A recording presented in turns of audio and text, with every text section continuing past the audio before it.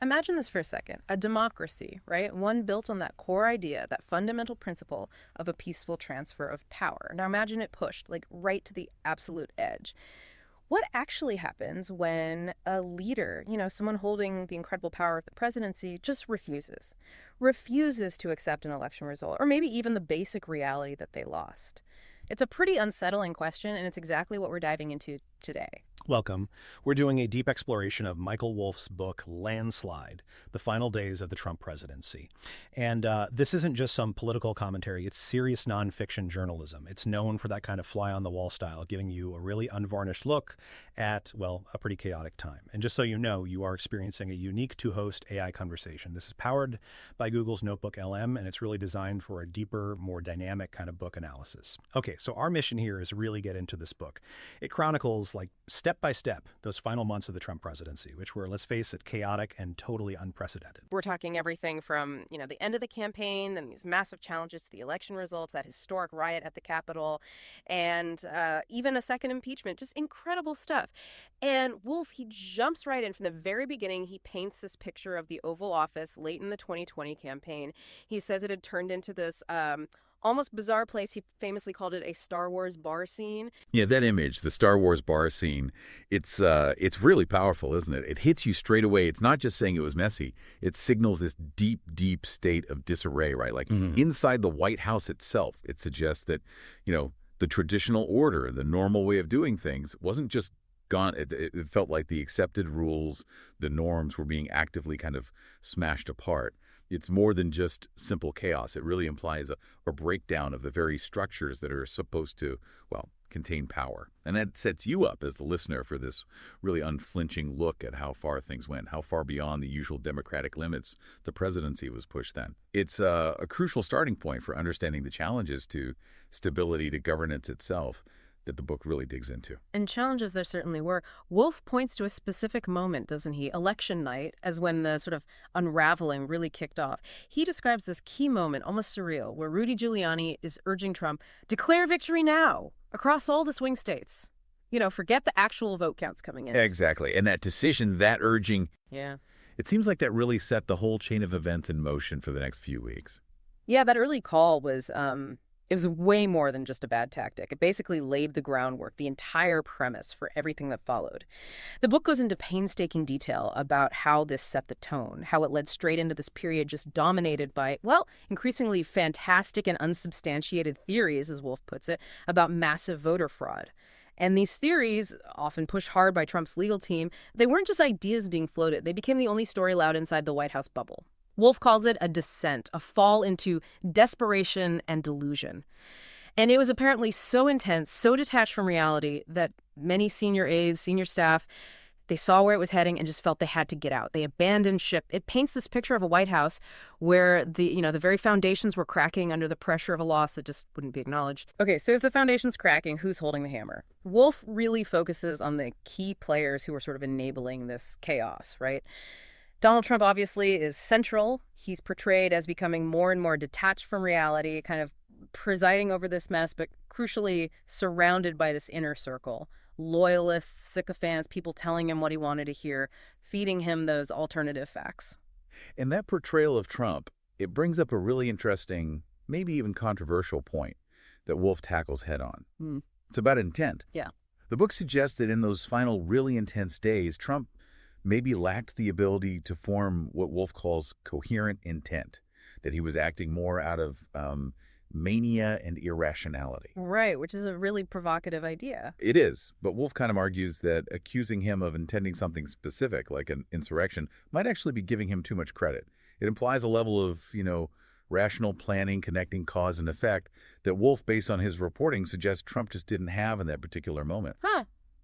That's quite a take. It really makes you think about the system, doesn't it? When the person at the very center is portrayed in that kind of state, how does anything function? And right there with him, in his orbit, was Rudy Giuliani.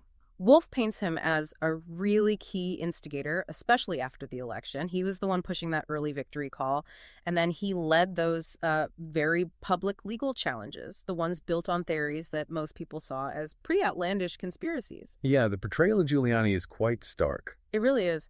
Wolff describes him, once this respected figure, America's mayor and all that, as having sort of devolved into, I think the word used is a clown, someone seemingly hooked on the media spotlight. Right. And his public appearances became increasingly erratic. Totally. That became, in a way, the public face of the administration's final days. Wolff doesn't pull any punches describing those press conferences, like the infamous one at Four Seasons Total Landscaping. Oh, yeah, that It one. became this symbol, right? Both something people ridiculed, but also a really worrying sign of where things were heading. It did. And the book explains how that kind of thing could happen. It says that by those final months, most of the staff, the ones with a sense of decency, Wolff says, or maybe just a connection to reality, they were gone. So this left Trump surrounded by a very particular group, this inner circle. Okay. And Wolff's description is pretty brutal. He calls them clapped-out charlatans and unqualified loyalists, people like Sidney Powell, the lawyer. Right, pushing some of the wildest theories. Exactly. People who weren't just loyal, they seemed to actively enable and even amplify his delusions about the election, apparently with no real basis in fact or law. But what's also fascinating, amidst all that chaos, is how Wolff positions Jared Kushner. Ah, yes. He's shown as one of the very few people who could still kind of manage the president. Maybe you get some more grounded information to him occasionally.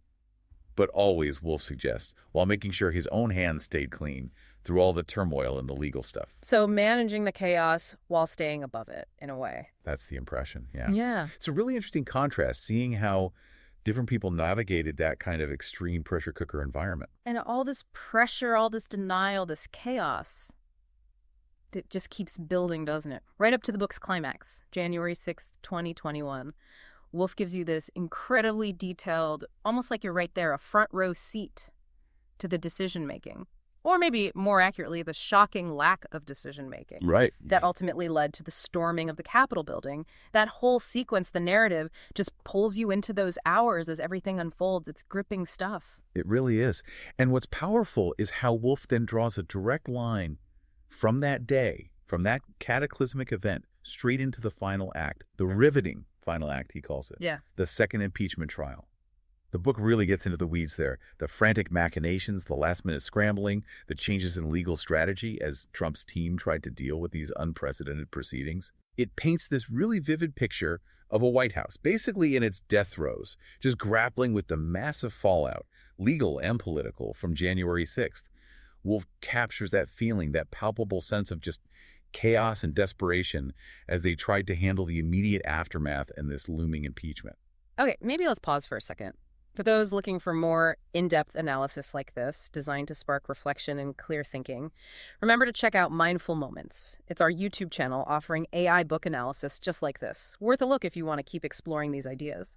Good point. And as we look deeper into Landslide, Wolff doesn't just recount events. He pulls out these big, overarching themes that honestly go way beyond just that specific time period. Right. Let's talk about those. He starts with this concept of chaos and kakistocracy. Okay, kakistocracy, maybe not a word everyone knows. Yeah, basically means a government run by the worst, least qualified, or most unscrupulous people. Okay, got it. So in that kind of environment, Wolff argues that actual conscious decision-making just got totally replaced by, like, paranoia and impulse. Exactly. It sounds like the whole system just seized up, right? It really does. And the insight there, I think, isn't just Wolff describing the chaos. It's the implied warning. When the worst, or the least qualified, are genuinely in charge, the actual machinery of government, the bureaucracy, it can just grind to a halt. Right. It almost doesn't matter who's technically giving orders, because the system itself stops being responsive. It's driven by emotion, by fear, by impulse, not by logic or process. That suggests a pretty deep vulnerability in democratic systems, doesn't it? Like, beyond just one leader. It does. Yeah. It hints that maybe institutions aren't always self-correcting. And this connects straight into another huge theme, denial and alternative reality. I mean, the title of the book, Landslide. Yeah, it's ironic. Totally ironic. It's a direct nod to Trump's constant false claim that he won in a landslide. The book spends a lot of time exploring how this denial wasn't just sort of, passively accepted. It was actively built, constructed, nurtured by that inner circle.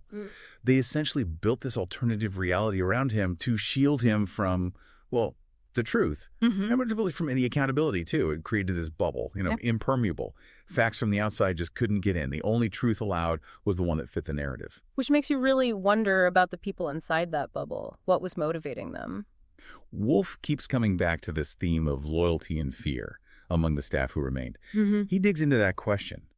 Were they genuinely afraid to tell him the truth? Afraid of, getting fired or yelled at? Or were they actually true believers? Did they buy into the whole narrative themselves? Either way, the result was the same, right? Exactly. Wolff argues it created this environment that was just devoid of dissent or grounding in facts. Agreeing, or at least staying quiet, became the only safe option. And if you zoom out a bit, that whole dynamic, loyalty, fear, maybe true belief, it wasn't just happening inside the White House walls. Wolff connects it to the wider picture, the socio-political dimension. He looks at Trump's base, suggesting they felt comforted, maybe validated, by a leader who echoed their own fears and basically told them what to believe. So it wasn't just top-down, it was a feedback loop. Precisely. It's not just about what was happening in the White House, but how that resonated out there, and how that support then reinforced what was happening inside. Wolff really unpacks that relationship, how it was built on shared grievances, maybe a feeling of being ignored, and how Trump validated those anxieties. The book implicitly asks a pretty big question about leadership, doesn't it? About its power to shape beliefs, sometimes even overriding, actual evidence or objective reality. And the story doesn't just stop when he leaves office. The book ends with an epilogue, The Road to Mar-a-Lago. And it makes it crystal clear that even after January 20th, Trump stayed defiant. He just kept hammering away at that stolen election narrative, making it the cornerstone of his post-presidency. Which underscores the point that the effects, the repercussions, they continued long after he was actually out of power. And that really brings us to why this book matters, its significance. Landslide is the final piece in Wolff's trilogy about the Trump presidency. And it got a lot of praise. Reviewers called it things like smart, vivid, and intrepid. I think the New York Times said it was more vivid and apt than some other books on the topic that really captured the chaos and the kakistocracy of those final days. It's seen as a pretty important record, then. Very much so. Many see it as a vital historical document, a clear account of really crucial events when democracy felt, shaken. Ultimately, the book is this stark analysis of just how fragile American democratic norms and institutions might be. It doesn't explicitly lecture, but it implicitly asks these huge questions about presidential power. What happens when that power is held by someone who just won't accept the fundamental rule of a peaceful transfer? So we've journeyed through Michael Wolff's Landslide, those incredibly turbulent final days. It's definitely a book that leaves you thinking about the pressures, the potential weaknesses in our democratic system. Absolutely. And maybe it leaves you, the listener, with this final critical thought to chew on. Considering everything Wolff documents, these unprecedented events, could something like this happen again? It really pushes you to think hard about power, about loyalty, about truth, and what holds a democracy together, especially when it's tested right to its limits, as this book suggests it was. For more analysis like this, remember Mindful Moments and our podcasts are here to help you explore these complex topics further. Click the link you see on screen to find it all. And please subscribe, share this with others who might find it interesting, and if you want to read Landslide yourself, you can purchase it via the link provided. Above all, keep asking questions, keep thinking critically.